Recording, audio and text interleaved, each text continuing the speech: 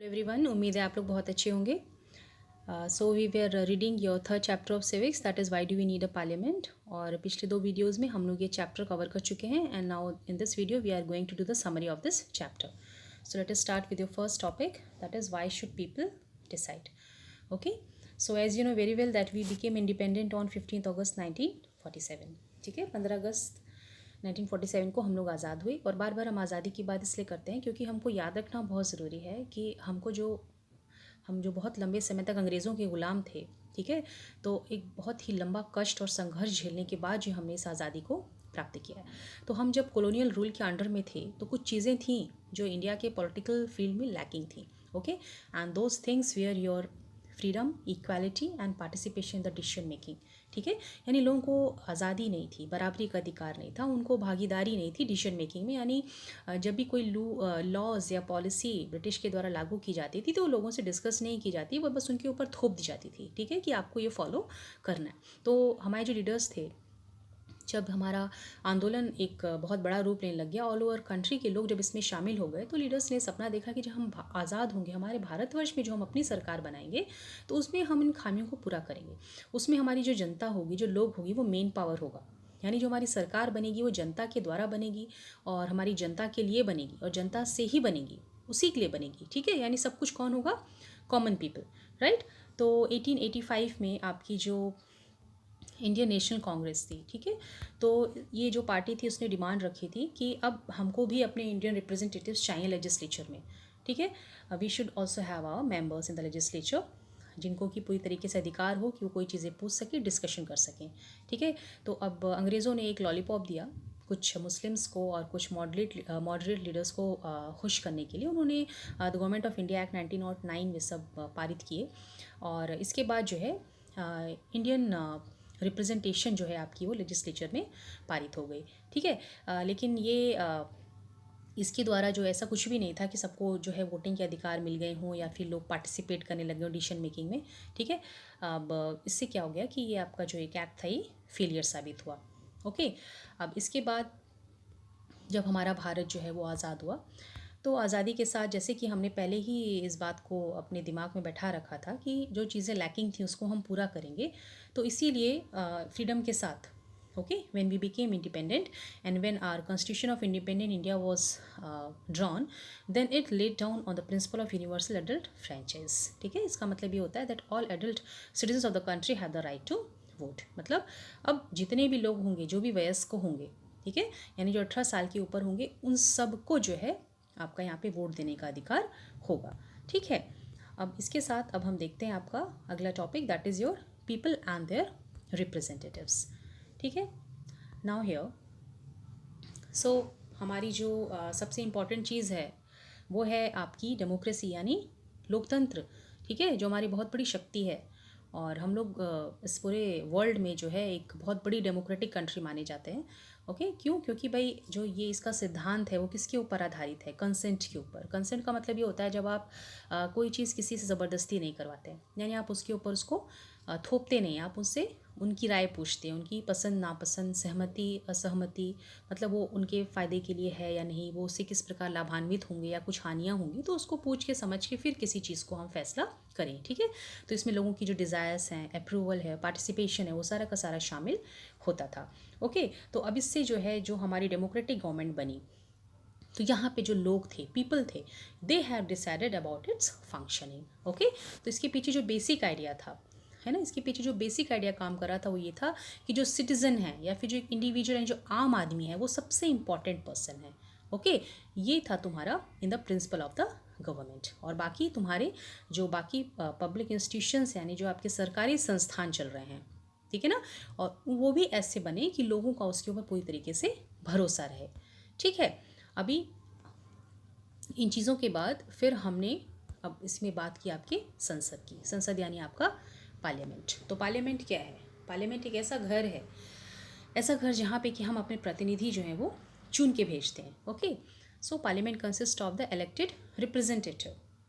ठीक, अब ये जब लोग चुन के आ जाते हैं तो इनमें से किसी एक ग्रुप को, ठीक है, एक ग्रुप को, one group of these elected representative they form the government.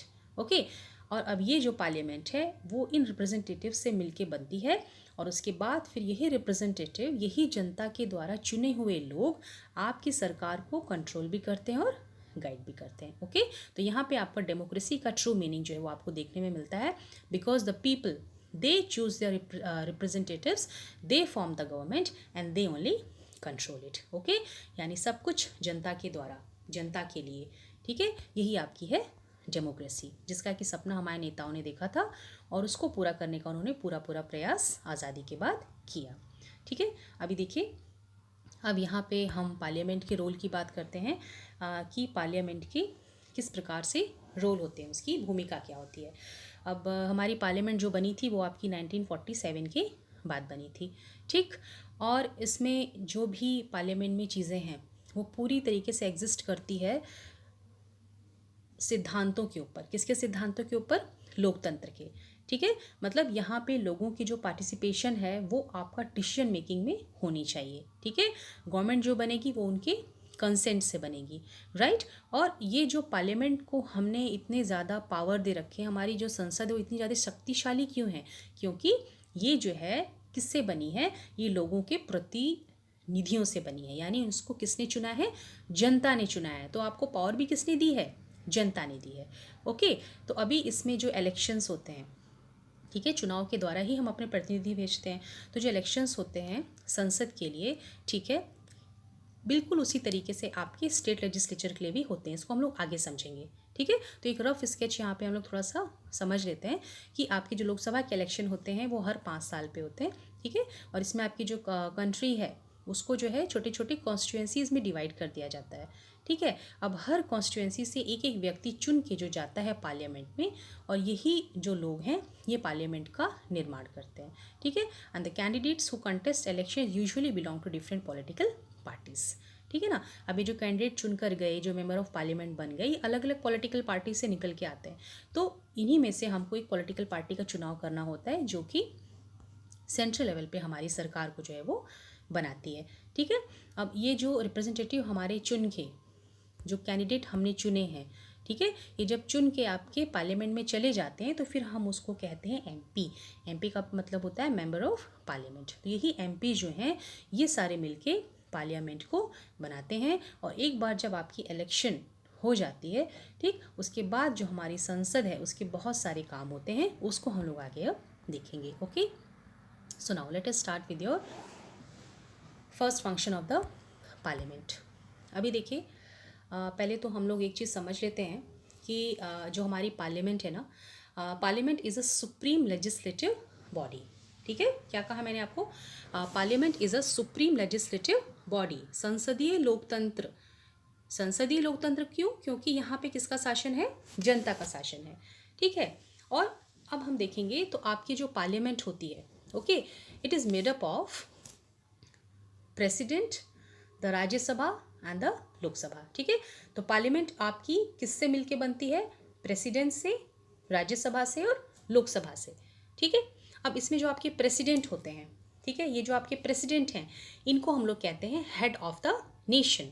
ठीक, और आपकी जो राज्यसभा है, ठीक है, राज्यसभा कहलाती है आपकी काउंसिल ऑफ स्टेट्स, राइट।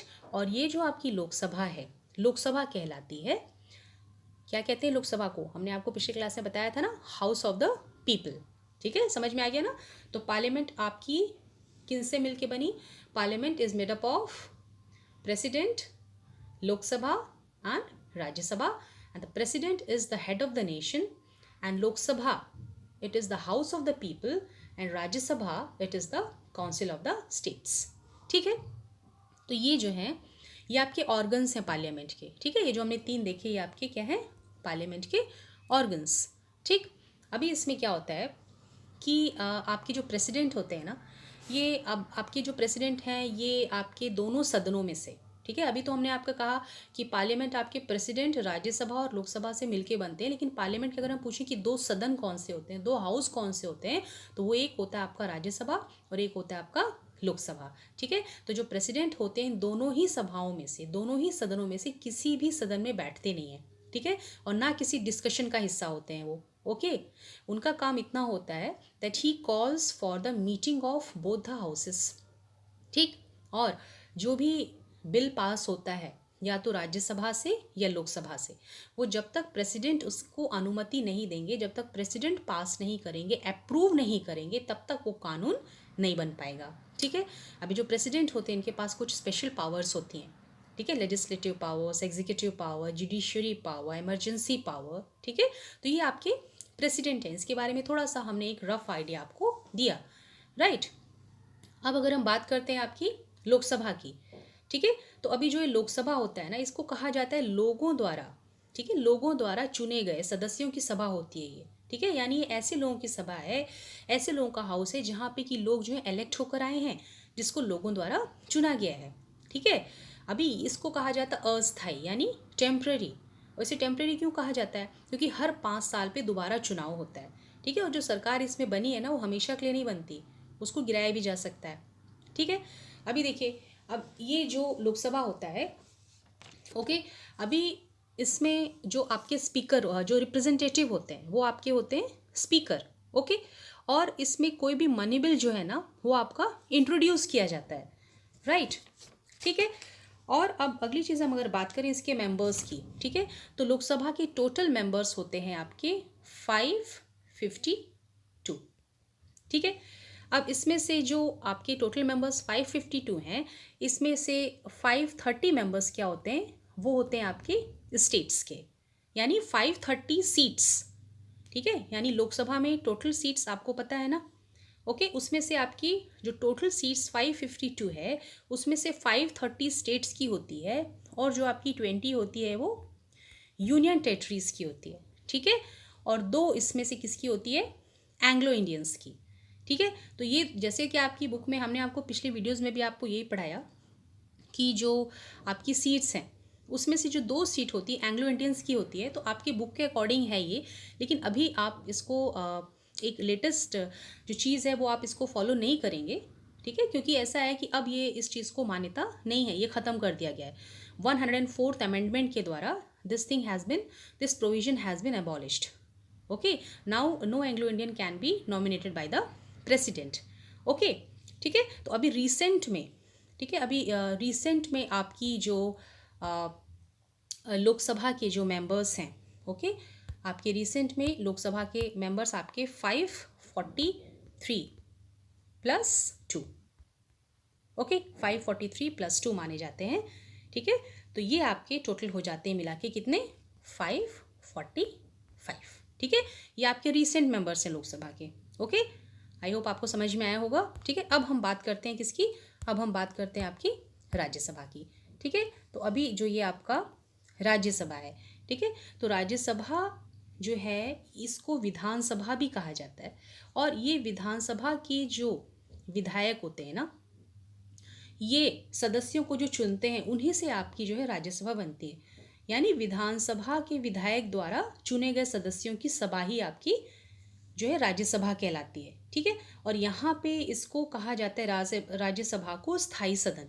स्थायी सदन इसलिए कहा जाता है क्योंकि ये कभी भी डिसॉल्व नहीं होती। ओके। हाँ, लेकिन इसके जो सदस्य हैं वो हर 6 साल पे जो है वो फिर दोबारा फिर चुने जाते हैं। ठीक है। यानी ये कहा जाएगा कि राज्यसभा के सदस्यों का जो टेन्योर होता है इट इज़ फॉर 6 ईयर्स, और हर 2 साल पे 1/3 मेंबर्स जो होते हैं आपके ना, वो रिटायर हो जाते हैं। ठीक है। अब अगर हम मैक्सिमम नंबर्स ऑफ मेंबर्स की बात करें कि इसके जो मेंबर्स होते हैं राज्यसभा में, वो टोटल आपके होते हैं 250 मेंबर्स। ठीक है। अब 250 मेंबर्स में से जो आपके 238 मेंबर्स होते हैं वो रिप्रेजेंट करते हैं स्टेट को और यूटीज़ को। Okay okay, something fine. Okay, we have missed our place. Let me see now. Okay, sorry for the disturbance. Let me continue with my class now. That is the problem with this recorder. ठीक है। तो अभी हम लोग पढ़ रहे थे आपका पार्लियामेंट की फंक्शनिंग। तो इसमें हमने देखा आपके पार्लियामेंट के organs, the president, the Lok Sabha and the Rajya Sabha. ठीक है। और हमने एक रफ आइडिया लिया प्रेसिडेंट के बारे में, फिर हमने लोकसभा के बारे में जाना, और अब हम लोग डिस्कस कर रहे थे राज्यसभा को। ठीक है। तो आपके जो राज्यसभा हैं, जैसे मैं अभी आपको बता रही थी, राज्यसभा के टोटल मेंबर्स होते हैं वो आपके 250। ठीक है। और 250 मेंबर्स में से जो 238 मेंबर्स होते हैं ठीक है। ये 238 मेंबर्स आपके स्टेट्स और यूटीज़ को रिप्रेजेंट करते हैं, ठीक है। और बाकी जो 12 मेंबर्स होते हैं इसको जो है प्रेसिडेंट जो है वो क्या करते हैं, नॉमिनेट करते हैं, ठीक है। ये आपके जो हैं राज्यसभा के मेंबर्स हैं, राइट। और अगर अभी हम रीसेंट की बात करें कि अभी रीसेंट में, तो रीसेंट में आपके जो राज्यसभा के मेंबर्स हैं वो हैं आपके 245, ठीक है। That is your 233 plus 12, okay. चलिए, इतना आपको आई होप समझ में आया होगा। तो अब हम लोग आगे बढ़ते हैं। अब देखिए, जैसे हमने अभी देखा, आपका president consist of parliament consist of president, Rajya Sabha and Lok Sabha, ठीक। और एक बार आपके लोकसभा के सब चुनाव हो जाते हैं, ठीक है, तो उसके बाद लिस्ट बनती है। लिस्ट क्यों बनती है? लिस्ट इसलिए बनती है क्योंकि देखिए जो आपके रिप्रेजेंटेटिव चुन के गए हैं, है ना। जैसे हम आपको यहाँ से समझाते हैं। अभी देखिए, हम इसको थोड़ा सा लेते हैं। अच्छा देखिए, ओके, लेट अस सी नाउ। अभी ये आप इस पे आ जाइए, results of the 15th Lok Sabha elections, ठीक है। ये मई 2009 में आपके 15th लोकसभा इलेक्शंस हुए थे, ठीक है। उसमें आपको देखो एक कॉलम दिया हुआ है, देखिए यहाँ पे आपकी ये पॉलिटिकल पार्टी, ठीक है, और ये आपके नंबर ऑफ एमपीज़, ठीक है। अब हम इसको अगर पूरा देखेंगे ना, तो आप देखिए यहाँ पे अलग अलग पार्टीज़ हैं, okay. Bahujan Samaj party, Bharatiya Janata party, communist party of India, ठीक है।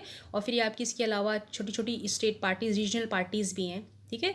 आपकी ऑल इंडिया फॉरवर्ड ब्लॉक है, फिर जनता दल है, फिर आपकी शिरोमणि अकाली दल, यानी इस तरह से न जाने कितनी ही पार्टीज़ हैं। तो सब मिला के, ठीक है, यानी इतनी पार्टीज से आपके जो एमपी चुने गए 15th लोकसभा इलेक्शंस में, ठीक है। तो बहुजन समाज पार्टी के कितने एमपी चुने गए? 21। फिर भारतीय जनता पार्टी के 116, कम्युनिस्ट पार्टी ऑफ इंडिया के 4, ठीक है। अभी छोटी छोटी पार्टीज़ हैं, इनको भी भाई एक एक सीट मिल गई या दो दो सीट मिल गई। जैसे आपकी अभी ऑल इंडिया फॉरवर्ड ब्लॉक को 2 सीट मिली हुई है ना। जनता दल सेक्युलर को 3 है। तो आप देखेंगे पूरा काउंट करने के बाद आपका कितना बन रहा है यहाँ पे टोटल कॉन्स्टिट्यूएंसी, जैसे हम जानते हैं कितनी होती हैं, 543, ठीक है। तो आप इसको जब पूरा ऐड कर देंगे ना, उसके बाद आपको 543 मिलेगा, ठीक है। यानी कुल मिला के जितने भी एमपी सारी पार्टियों के चुने गए हैं वो टोटल मिला के 543 हो गए हैं, ओके। अभी इसमें देखिए, तो अब मैंने आपको ये इसलिए बताया क्योंकि मैं आपको यहाँ पे समझाने की कोशिश कर रही हूँ, ओके। तो ये जो MPs that belong to each political party, है ना। अब ये जो एमपीज़ हमने देखे ना, ये सारे क्या है, number of MPs, and they belong to different political parties, okay. तो अब इनकी लिस्ट बनती है ना। अब ये लिस्ट बनी है, आपके सामने लिस्ट है। तो लिस्ट क्यों बनी है? सो a list is prepared for a political party to show MPs belong to each political party. For a political party to form the government, they must have a majority of elected MPs, ठीक है। अब ये list क्यों बनती है?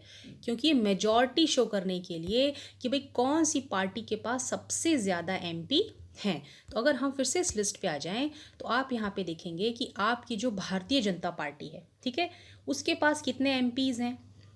उसके पास है 116।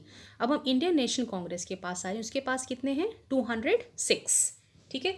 तो अब देखिए, कोई और पार्टी है क्या जिसके पास इतने सारे MPs हैं? नहीं, किसी के पास नहीं है, ठीक है। तो सबसे ज़्यादा किसके पास है?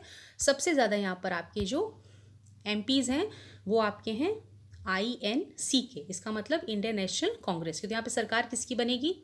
यहाँ पे सरकार बनेगी इंडियन नेशनल कांग्रेस की। क्या बन जाएगी? नहीं बनेगी। क्या कारण है वो हम लोग आगे देखते हैं, ठीक है। एमपी तो उसके सबसे ज़्यादा हैं, लेकिन उसके बाद भी इसकी पार्टी क्यों नहीं बनेगी? देखिए, for a political party to form the government they must have a majority of elected MP since there are 543 elected members, okay. तो टू मेक अ पार्टी, यानी 543 तो आपकी टोटल सीट्स होती हैं, लेकिन इसमें से अगर आपको सरकार बनानी है, then you have a majority of a party, then you should have at least half the number, यानी 543 के कम से कम आधा MP आपके पास होनी चाहिए। और आधा कितना हो गया आपके पास? 272, या उससे ज़्यादा हो तो और अच्छी बात है, ठीक है। तो इसीलिए यहाँ पर आपकी INC या किसी की भी सरकार नहीं बनेगी, इसलिए क्योंकि उनके पास 272 MPs नहीं हैं, ठीक है। तो जब ऐसा होगा तो उसके बाद the opposition in the parliament is formed by all the political parties that oppose the majority party और coalition is formed. The largest among this parties will be called as a opposition party. अब देखिए इसका मतलब क्या हुआ।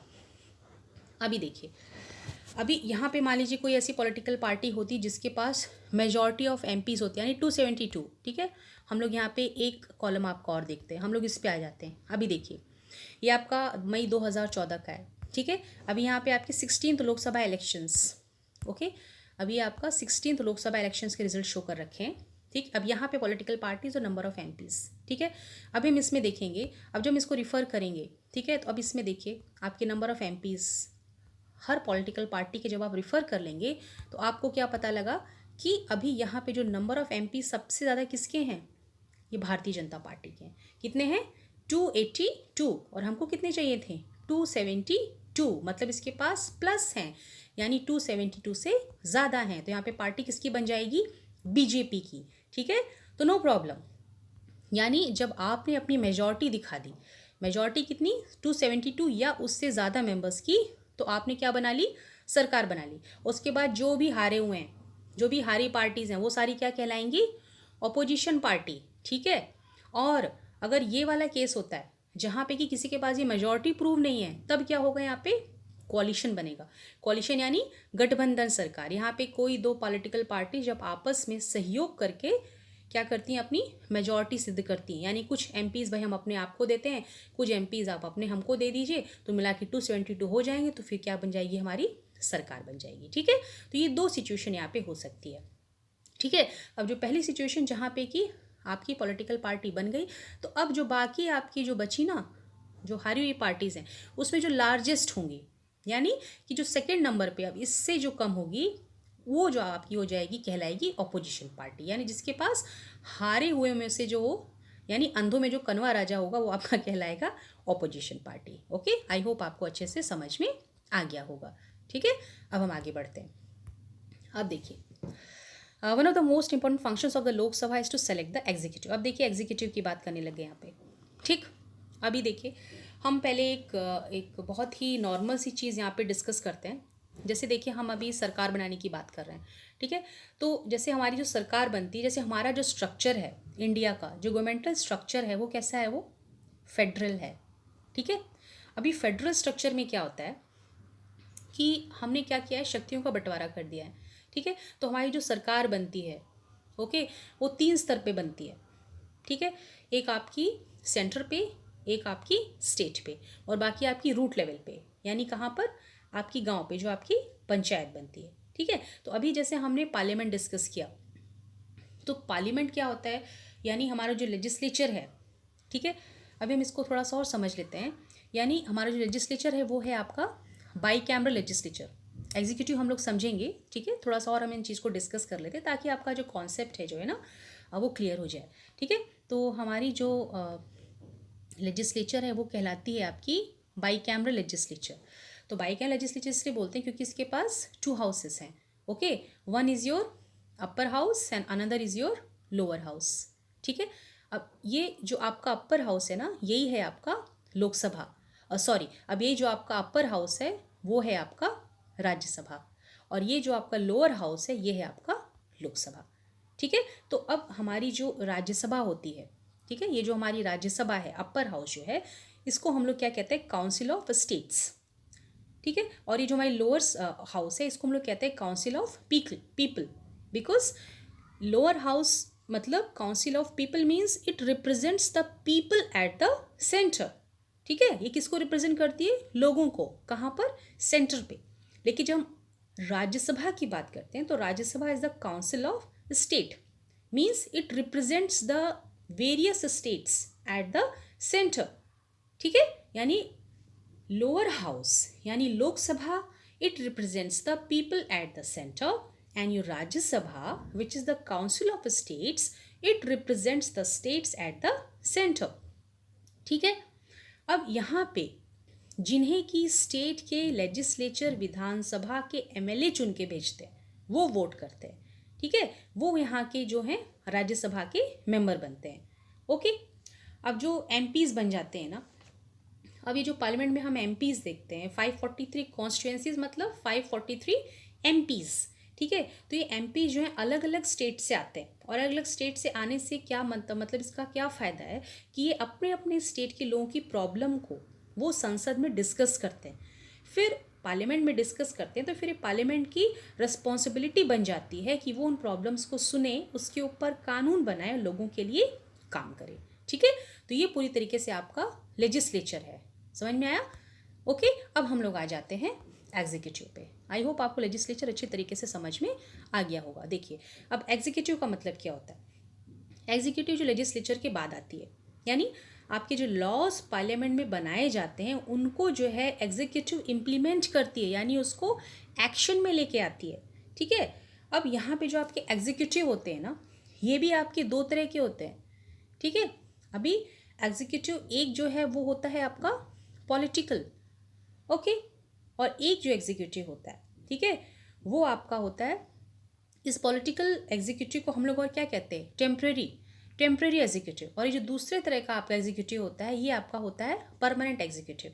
अब जब हम ये टेम्परेरी एग्जीक्यूटिव की बात कर रहे हैं, ठीक है, तो इसमें आपके कौन लोग आते हैं, आपके आते हैं प्राइम मिनिस्टर, फिर आपके आ जाते हैं प्रेसिडेंट, फिर आपके आ जाते हैं वाइस प्रेसिडेंट, फिर आपके बाकी जितने भी मिनिस्टर्स हैं ना वो आपके पॉलिटिकल एग्जीक्यूटिव कहलाते हैं, जो कि आपके टेम्पररी हैं। इनको टेम्पररी क्यों कह रहे हैं, क्योंकि जब चुनाव होता है, ठीक है, तो चुनाव होने के बाद ये सब क्या होता है, एक समय के बाद ये सब हटाए जा सकते हैं। ठीक है, इसलिए इसको टेम्पररी कहा जाता है। और ये जो भी एक्शन लेंगे, whatever the actions are taken by these people, it is, इसको क्या कहा जाएगा, ये पार्लियामेंट के प्रति जो भी एक्शन लेंगे ये संसद के प्रति जवाबदेह रहेंगे। Okay, they have the responsibility to give the answer for their actions to the parliament. ठीक है, अब हम जब परमानेंट एग्जीक्यूटिव की बात करते हैं तो इसमें आपके आ जाते हैं, इसमें आपके आ जाएंगे IAS, इसमें आ जाएंगे आपके IPS, इसमें आपके आ जाएंगे IFS के ऑफिसर्स या फिर रेवेन्यू ऑफिसर्स। ठीक है, तो ये आपके कहलाते हैं परमानेंट एग्जीक्यूटिव। ठीक है, चलो, तो ये तो आपका एग्जीक्यूटिव आपने देखा। अभी आपको समझ में आ गया एग्जीक्यूटिव का मतलब क्या होता है, which implements the law, means group of people who work together to implement the laws that are made by the parliament. Okay, so this executive is often what we have in mind when we use the term government. चलिए, अब हम prime minister साहब की बात करते हैं। अब देखिए, आपके जो PM हैं, prime minister of India is the leader of the ruling party of the Lok Sabha. ठीक है, अब आपकी जो लोकसभा में रूलिंग पार्टी है जिसने मेजॉरिटी सिद्ध की है, जिसकी सरकार बनी है, तो प्राइम मिनिस्टर उसी में से चुने जाते हैं। मतलब ये प्राइम मिनिस्टर कहाँ से निकल के आते हैं, MPs में से निकल के आते हैं, from the MPs who belong to हर पार्टी द प्राइम। ठीक है, तो मतलब प्राइम मिनिस्टर को किसने चुना, इसी में से निकल के आए, MPs में से। अब उसके बाद प्राइम मिनिस्टर क्या करते हैं, the prime minister select the ministers to work. ठीक है, यानी अब जब हमारी सरकार बन गई है, हमको काम करना है, तो जो लॉज जो पार्लियामेंट द्वारा बनाए गए हैं उसको हमें क्या करना है, इम्प्लीमेंट करना है। तो इसके लिए जो है वो अलग अलग मिनिस्टर्स का चुनाव करते हैं ताकि वो अलग अलग एरियाज़ को हैंडल कर सकें। ठीक है, आपके बहुत से काम है पूरे देश में, जैसे आपका स्वास्थ्य है, शिक्षा है, आर्थिक नीति है, या आपके देश की सुरक्षा है, ठीक है, या जो भी मुद्दे हैं। ठीक है भाई, आपके पिछड़े लोगों का जो एक विकास करना है, या फिर आपके जो पूरे देश में रोज़गार देना हो गया, या फिर जो भी चीज़ें हैं, जो भी काम है, सबके अलग अलग मिनिस्टर बनाए जाते हैं। और ये मिनिस्टर कौन होगा उसको कौन डिसाइड करते हैं, आपके prime minister. Clear? Okay, now अब देखिए, often times in the recent past it has been difficult for a single political party to get a majority that is required to form the government, then they join together with different political parties who are interested in similar concerns to form what is known as coalition government. जैसे कि हम इसको अभी पहले थोड़ी देर पहले समझ चुके हैं। Okay, so let us now go further. Now here, अब आपकी आ जाती है यहाँ पे राज्यसभा। ठीक है, अब देखिए, लोकसभा आपको पूरा समझ में आ गया। ठीक है, अब लोकसभा देखने के बाद अब हम लोग आएंगे यहाँ पे राज्यसभा पे। ठीक, अभी राज्यसभा जैसे हमने देखा, Rajya Sabha is the council of states and represents the state eight the centre. ठीक है, तो यहाँ पे वो लोग चुन के आते हैं जिन्हें स्टेट के, यानी लेजिस्लेचर विधानसभा पे MLA चुनकर भेजते हैं। ठीक है, वे यहाँ पे आके बैठते हैं। Okay, so they constitute your Rajya Sabha. ठीक है, अभी राज्यसभा में क्या कह रहे हैं ये, it function primarily as the representative of the states of India in the parliament. ठीक है, अभी देखिए ये जो आपका अभी हमने आपका सेंट्रल गवर्नमेंट, ठीक, सेंट्रल गवर्नमेंट पे हमने देखा था आपका सेंट्रल गवर्नमेंट का स्ट्रक्चर जो भी हम अगर देखेंगे तो सेंट्रल गवर्नमेंट के स्ट्रक्चर पे क्या होता है आपका लेजिस्लेचर, एग्जीक्यूटिव, जुडिशियरी। तो वैसे ही ठीक वैसे ही आपका स्टेट लेवल पे भी गवर्नमेंट का स्ट्रक्चर होता है। ठीक है, गवर्नमेंट ऑफ स्टेट में भी वही होता है, जैसे कि सेंटर में आपने देखा लेजिस्लेचर में आपकी लेजिस्लेचर को और हम लोग क्या कहते हैं, विधायिका। ठीक है, विधायिका माने लॉ मेकिंग बॉडी। तो ये जो लेजिस्लेचर है ये जो है दो हिस्से, दो पॉइंट पे होते हैं आपके। एक सेंटर, दो लेवल पे काम करते हैं। लेजिस्लेचर किस पे, दो लेवल पे होते हैं, सेंटर पे और स्टेट पे। ठीक है, तो सेंटर में आपका क्या होता है, सेंटर में आपका आ जाता है पार्लियामेंट, लोकसभा, राज्यसभा। ठीक है, और जब हम स्टेट पे आ जाते हैं तो स्टेट पे हो जाती है आपकी विधानमंडल। ठीक है, तो विधानमंडल में आपकी क्या होती है, एक विधानसभा होती है और एक आपकी विधान परिषद होती है। ठीक है, यानी अभी अगर हम दोबारा आ जाएं आपके ओके अभी हम राज्यसभा को थोड़ी देर में डिस्कस करते हैं। जैसे एक बार फिर से हम इसको देख लेते हैं सेंट्रल गवर्नमेंट की स्ट्रक्चर को, यानी अगर सेंट्रल गवर्नमेंट स्ट्रक्चर को हम डिस्कस करेंगे तो इसके क्या होते हैं, तीन पार्ट्स होते हैं। ठीक है, एक आपकी लेजिस्लेचर, एक आपका होता है एग्जीक्यूटिव और एक आपका होता है जुडिशियरी। ठीक है, तो अभी जो आपका लेजिस्लेचर है, ठीक, लेजिस्लेचर को हम क्या कहते हैं, विधायिका माने लॉ मेकिंग बॉडी। तो अभी ये आपके दो स्तर पे काम करती है, एक आपका सेंटर पे और एक आपका स्टेट पे। ठीक है, अब जब सेंटर पे आपकी क्या होती है, सेंटर पे एक आपका पार्लियामेंट होता है, फिर लोकसभा होता है, फिर आपका राज्यसभा होता है। ठीक है, अब हम स्टेट की बात करें तो स्टेट पे आपका होता है, इसको हम कहते हैं विधानमंडल। ठीक है, तो विधानमंडल में क्या होता है, एक आपकी विधानसभा होती है और एक आपकी विधान परिषद होती है। ठीक है, अब इसका जो नेक्स्ट ऑर्गन है आपका वो है आपका एग्जीक्यूटिव। तो एग्जीक्यूटिव को कहा जाता है कार्यपालिका। ठीक है, जो कि इम्प्लीमेंटेशन का कार्य करता है, कार्यपालिका है ये। ठीक है, it is the law implementing body. Okay, अब ये भी आपके दो स्तर पे काम करती है, एक सेंटर लेवल पे, एक आपका स्टेट लेवल पे। ठीक है ना, तो सेंटर पे आपके जो एग्जीक्यूटिव होते हैं कौन कौन से होते हैं, जो इसमें अभी मैंने आपसे डिस्कस किया था, जो क्या होते हैं आपके प्रेसिडेंट। ठीक है, एक आपके प्रेसिडेंट हो गए, फिर वाइस प्रेसिडेंट हो गए, फिर आपके प्राइम मिनिस्टर हो गए। ठीक है, और स्टेट में आ जाएंगे तो स्टेट में कौन होते हैं, आपके गवर्नर होते हैं। ठीक है, सीएम होते हैं। ठीक, ये आपके हो जाते हैं स्टेट लेवल पे। ठीक है, अब हम जुडिशरी पे आते हैं तो जुडिशरी माने न्यायपालिका, यानी this is the organ which punishes those who breaks the law. तो इसमें कौन कौन आता है आपका, सुप्रीम कोर्ट, हाई कोर्ट और आपका डिस्ट्रिक्ट कोर्ट। ठीक है, तो ये आपकी सेंट्रल गवर्नमेंट स्ट्रक्चर है जो अभी हमने आपको डिस्कस किया। ठीक है, तो आप चाहें तो आप इसका रफ स्केच बना सकते हैं, ये बहुत ही आसान होगा फिर आपको रिमेंबर करने के लिए। ठीक है, अब हम लोग आ जाते हैं आपकी राज्यसभा पे। अब हम राज्यसभा की जब बात करते हैं तो हम इसमें डिस्कस करेंगे आपके स्ट्रक्चर ऑफ स्टेट गवर्नमेंट को। ठीक है, अब जैसे हमने सेंट्रल गवर्नमेंट के स्टेट स्ट्रक्चर को देखा है ना, तो वैसे ही आपका स्टेट गवर्नमेंट का स्ट्रक्चर भी रहता है उसी तरीके से। ये भी आपका तीन भाग में जो है वो डिवाइडेड रहता है। ठीक, ये भी आपका वही होता है, एक आपका हो जाता है एग्जीक्यूटिव, ठीक, और एक आपका sorry okay this is your state legislature. Okay, so आपका जो स्ट्रक्चर ऑफ स्टेट लेजिस्लेचर है, ठीक, इसमें आपके दो भाग होते हैं, एक आपका हो जाता है एग्जीक्यूटिव और एक आपका हो जाता है लेजिस्लेचर। ठीक है, ये हम स्टेट गवर्नमेंट के स्ट्रक्चर को डिस्कस कर रहे हैं। तो जो एग्जीक्यूटिव होते हैं, एग्जीक्यूटिव में कौन होते हैं आपके, हम स्टेट लेवल की बात कर रहे हैं। ठीक है, तो एग्जीक्यूटिव ऑर्गन जो होता है उसमें आप क्या हो जाते हैं, चीफ मिनिस्टर और हो जाते हैं आपके गवर्नर। ठीक है, और जो लेजिस्लेचर की बात हम करते हैं, लेजिस्लेचर में आपका मेन जो आपका रोल होता है वो होता है आपका सीएम का, यानी चीफ मिनिस्टर का। तो जो आपके चीफ मिनिस्टर होते हैं स्टेट के, he have the power to make the laws. ठीक, समझ में आया। अब यहाँ पे भी स्टेट लेवल पे क्या होते हैं, वी हैव टू हाउसेस। ठीक है, यहाँ पे दो सदन होते हैं स्टेट पर, एक आपका हो जाता है लोअर हाउस, एक आपका हो जाता है अपर हाउस। ठीक है, अब ये जो आपका लोअर हाउस है ना, इसी को हम लोग कहते हैं विधान सभा। ठीक, और ये जो आपका अपर हाउस है उसको हम लोग कहते हैं विधान परिषद। ठीक, अब ये जो विधान सभा है, ओके, ये विधान सभा में जो लोग आते हैं ना, they are elected directly by the people. ठीक है, यानी विधानसभा में जो लोग चुन के आते हैं उनको सीधे लोग जो है वो चुन के भेजते हैं। ठीक है, ये हमारे कहलाते हैं MLA, that is MLA means member of legislative assembly. ठीक है। और सेंट्रल लेवल पे हमने क्या देखा था, सेंटर पे हमने देखा था कि पार्लियामेंट में जो लोग चुन के जाते हैं उनको हम क्या कहते हैं, उनको हम कहते हैं MP, means member of parliament. लेकिन जब हम स्टेट लेवल की बात करते हैं तो यहाँ पे हम लोगों को क्या बोलते हैं, MLA means member of legislative assembly. समझ में आया?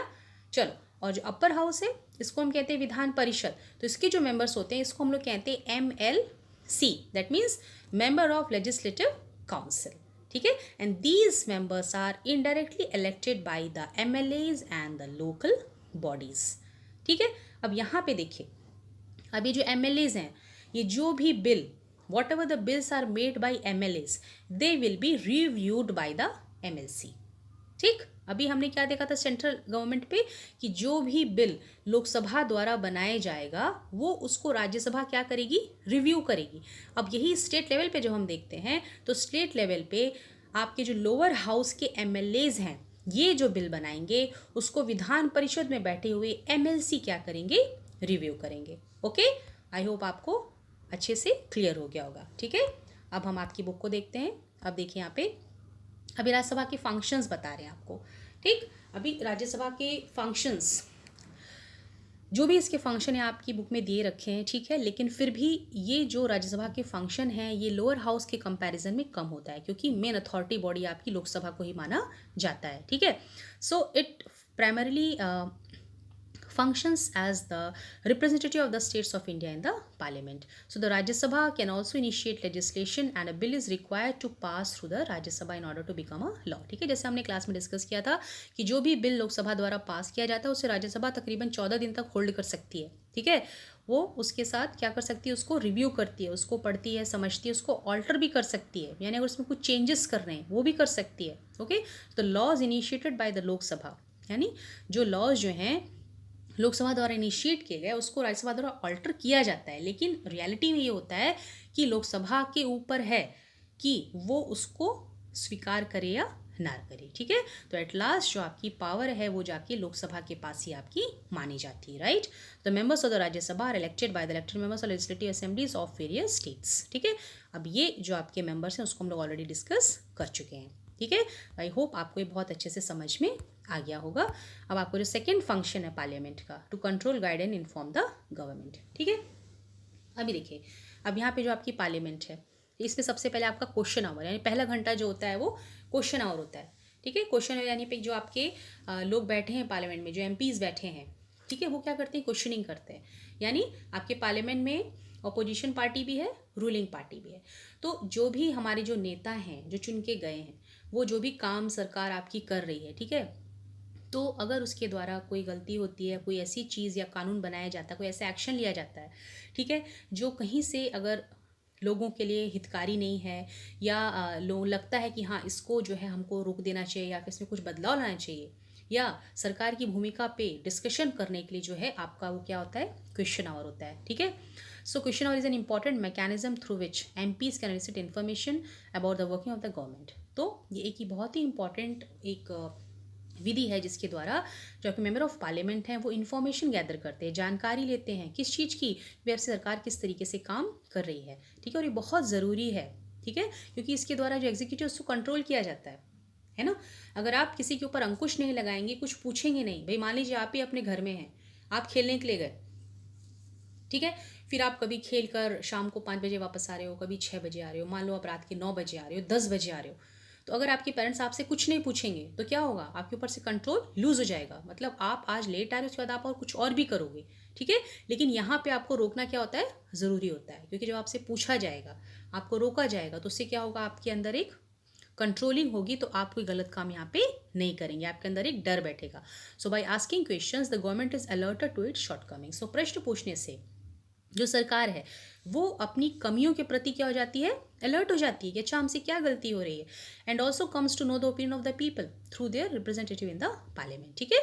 अब किसी राज्य विशेष ने कोई अगर पॉलिसी बनाई, कोई प्रोग्राम बनाया, और मान लीजिए उसमें कुछ खामी है, लोगों को पसंद नहीं आया, लोगों को लगा कि हाँ ये हमारे हित में नहीं है, तो ये जो लोगों की ओपिनियन होती है ना, वो सारे के सारे राज्य के लोग तो आपके पास आएंगे नहीं बताने के लिए, तो कौन होता है वहाँ से आता है उनका रिप्रेजेंटेटिव, जो पार्लियामेंट में आपका MP बन के बैठा हुआ है, तो वो आपसे फिर प्रश्न पूछता है, या लोगों की जो धारणा है या जो उनका एक मंतव्य है वो आपके सामने उसको रखता है, ठीक है। So asking questions of the government is a crucial task for every MP.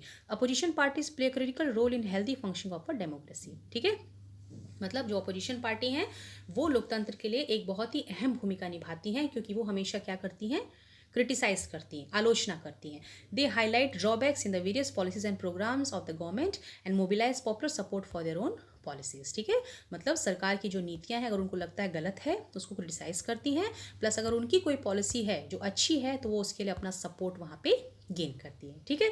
अब यहाँ पे और क्या फ़ायदे होते हैं, यहाँ पे जो गवर्नमेंट है किस चीज़ के फ़ायदे देख रहे हैं हम, क्वेश्चन आवर के, ठीक है, यानी पार्लियामेंट जो डिस्कशन होता है उसके क्या फ़ायदे।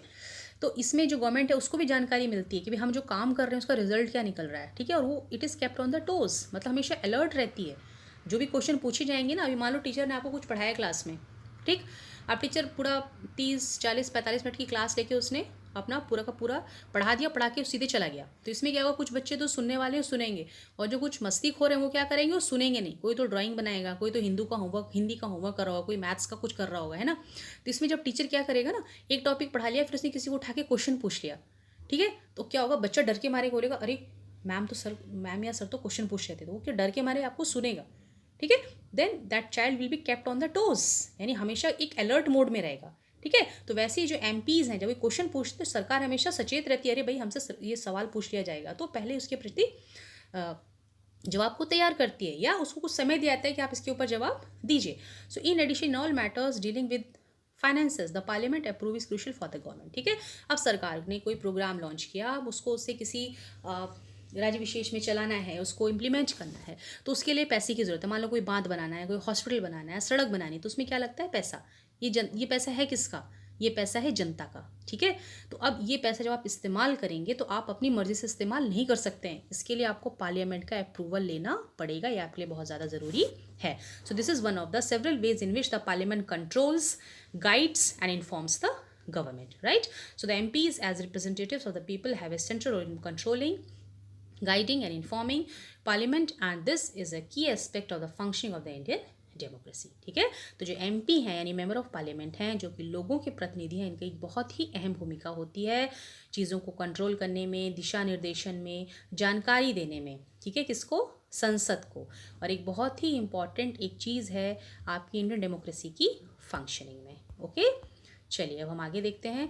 अब आपका जो थर्ड फंक्शन है पार्लियामेंट का वह है आपका लॉ मेकिंग यानी कानून बनाना, ठीक है। तो ये आपके इतने फंक्शंस आपके हो गए पार्लियामेंट की। अब देखिए who are the people in the parliament, parliament में कौन लोग बैठते हैं, तो देखिए पार्लियामेंट में जो बैठते हैं लोग आपके देश के कोने कोने से आते हैं, ठीक है ना।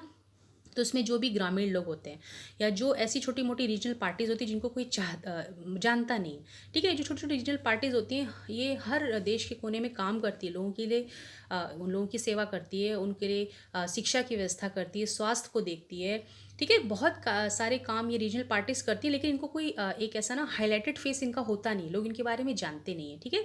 तो ये जो इस प्रकार के लोग होते हैं ना, ये अभी चूँकि हमारे यहाँ जो लोग होते हैं अलग अलग जगह से चुन के आते हैं, अलग अलग बैकग्राउंड के, तो इनको जो है चुनाव के बाद क्या होता है, जब लोग इनको अपना प्रतिनिधि चुनती है, ठीक है, तो फिर ये जो हैं यही इलेक्टेड होकर क्या हो जाते हैं, आपके जो आज तक अनरिप्रेजेंटेड थे, जिनको आज तक लोग पहचानते नहीं थे, जो आज तक चुने नहीं गए थे, वे जब एक बार लोगों की नज़र में आते हैं तो लोग उनको चुन के फिर कहाँ भेजते हैं, पार्लियामेंट में, क्योंकि वो लोग किसके लिए काम कर रहे हैं, जनता के लिए, ठीक है।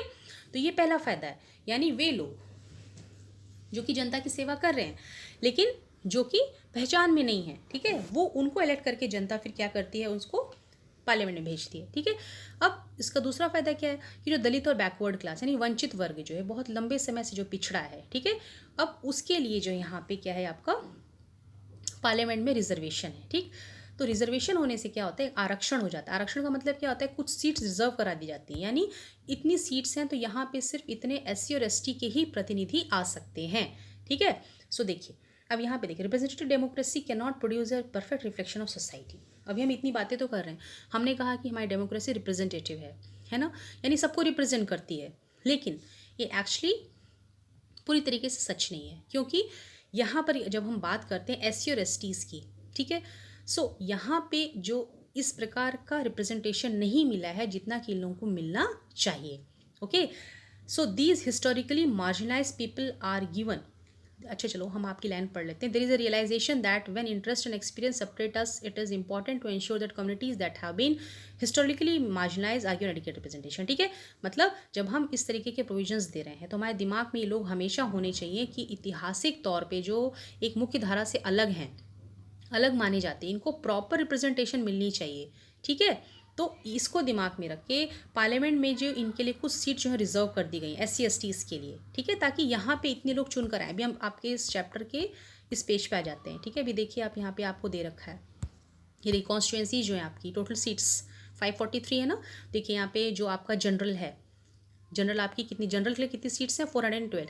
देखिए जो सीट्स दी जाती है ना पॉपुलेशन के हिसाब से दी जाती हैं. ठीक है, बाकी बहुत सी चीज़ों को कंसिडर किया जाता है यहाँ पे. ठीक, तो जनरल को जो है 412 सीट्स हैं, SC को 84 है और ST को आपकी 47 है. यानी इतनी कॉन्स्टिट्यूंसीज आपकी बटी हुई हैं. यानी SC ST के लिए जो इतनी सीट्स क्या होती हैं वो रिजर्व रहती हैं. यानी यहाँ पे इनकी ही प्रतिनिधि आएंगे SC ST के. ठीक है, अभी देखिए, तो अभी हमने देखा SC ST को अच्छे से प्रॉपर रिप्रेजेंटेशन मिलनी चाहिए. इसके लिए हमने क्या किया, इन लोगों को रिजर्वेशन दिया ताकि इनके लिए सीट जो है यहाँ पे रिजर्व रहें. ओके, अब देखिए, अब हम बात करते हैं यहाँ पे महिलाओं की. अभी महिलाओं का क्या मुद्दा है यहाँ पे. अब देखिए, similarly it has more recently भी suggested that there should be reservation of seats for the women. ठीक, तो हमको पता है कि भाई अब वुमेन भी तो बहुत लंबे समय से जो है वंचित रही हैं. इनको पहले शिक्षा का अधिकार नहीं था, पर्दा प्रथा में थी, न जाने कितने शोषण इनके होते थे. ठीक है, तो इनको भी अब भागीदारी चाहिए, तो एडिक्वेट रिजर्वेशन इनकी भी होनी चाहिए. ठीक है, लेकिन आज भी इतनी रिप्रेजेंटेशन है नहीं जितनी की इनको चाहिए. ठीक, तो ये कहा जा रहा है कि 60 साल पहले सिर्फ आपकी 4% MP जो है वो औरतें थीं. ठीक, लेकिन आज इनकी प्रतिशत बढ़ के कितनी हो गई है, तकरीबन 15% हो गई है. ठीक है, आपकी बुक में 9% दे रखा है. Anyhow there is a small share when you consider the fact that how the population are women. अगर हम कहते हैं कि आपकी जो कॉन्स्टिट्यूंसी में जो सीट्स हैं वो आपकी पॉपुलेशन के हिसाब से मिलती हैं, तो औरतों की तो अच्छी खासी जनसंख्या है, तो इनकी सीट्स इतनी कम क्यों हैं. Okay, so it is issues of this kind that force the country to ask certain difficult and often unresolved questions about whether our democratic system is representative enough. ठीक है, यानी हमको अब शक होने लग जाता है क्या वाकई ही हमारी डेमोक्रेटिक रिप्रेजेंटेटिव है या नहीं. ठीक है, so the fact that we can ask these questions and are working towards answers is a reflection of the strength and the faith that the people in the India have in democratic form of government. Still बहुत कुछ खामियां होने के बाद भी आज भी हमको पूरा विश्वास है अपने डेमोक्रेटिक फॉर्म ऑफ गवर्नमेंट में, क्योंकि आज भी हमारे पास कुछ ऐसे अधिकार हैं फ्रीडम के, है ना. हमारे पास इक्वलिटी के अधिकार हैं, फ्रीडम ऑफ स्पीच है, फ्रीडम ऑफ एक्सप्रेशन है. ठीक है, जहाँ पे हम क्वेश्चन पूछ सकते हैं, बात कर सकते हैं, डिस्कशन कर सकते हैं. इसीलिए हमको अधिकार हैं, तो आज भी हम इस दिशा में लगातार काम कर रहे हैं. ओके, तो ये हो गया आपका पूरा चैप्टर. ठीक है, और आई होप आपको अब चीज़ें बहुत अच्छे तरीके से समझ में आ गई होंगी. ठीक, तो अब हमने आपका पूरा चैप्टर डिस्कस कर लिया, इसका समरी हो गया. सेंट्रल गवर्नमेंट का स्ट्रक्चर हमने आपको बताया. ठीक है, स्टेट गवर्नमेंट का स्ट्रक्चर हमने आपको बता दिया. हाँ, और एक आपका स्ट्रक्चर ऑफ यूनियन टेरिटरीज भी होता है. अभी हमने एक वर्ड यूज़ किया था यूनियन टेरिटरीज, तो ये जो स्ट्रक्चर ऑफ यूनियन टेरिटरीज होता है ना, अच्छा इसको भी हम लोग थोड़ा सा डिस्कस कर लेते हैं अभी. ठीक है, ये जो आपका यूटीज़ है, यूनियन टेरिटरीज़ है. ठीक है, see this union territories do not have the government of itself. ठीक है, अपनी इनकी कोई सरकार नहीं होती है. They are controlled by the central government. Of course they have their own legislative assemblies and they are headed by the CM. ठीक है, और कुछ कंट्रोल इनके ऊपर सेंट्रल गवर्नमेंट के तरफ से होता है. जैसे कुछ सब्जेक्ट्स होते हैं, जैसे आपके पुलिस के हो गए या पब्लिक ऑर्डर के हो गए, तो उस सब्जेक्ट्स में आपको इनकी सेंट्रल गवर्नमेंट की कुछ कंट्रोलिंग होती है इनके ऊपर. और प्लस IAS ऑफिसर्स होते हैं, MPs होते हैं, जिनको कि प्रेसिडेंट अपॉइंट करता है इस क्षेत्र में कार्य करने के लिए. ठीक है ना, यूटीज़ में. ओके, तो ये आपका यूट्यूब में थोड़ा सा डिस्कस कर लिया एंड आई होप आपका पूरा चैप्टर अब कंप्लीट हो गया है. ठीक है, तो अब आप नोट्स बना सकते हैं, क्योंकि हमने आपको जितनी भी इंपॉर्टेंट चीज़ें डिस्कस कर दी हैं, कुछ एक्स्ट्रा नॉलेज भी दे दी है. तो जो मैंने आपको लिखा है आई होप आपने सब नोट डाउन कर लिया होगा. और अब आपके सिविक्स के 3 चैप्टर कंप्लीट हो चुके हैं. अब हमारी जो अगली वीडियो आएगी वो आएगी आपकी ज्योग्राफी पर, तो हम जिसमें देखेंगे आपका ज्योग्राफी का 4th chapter. Okay, so till that class we'll meet again. Until that time, see you. Bye bye.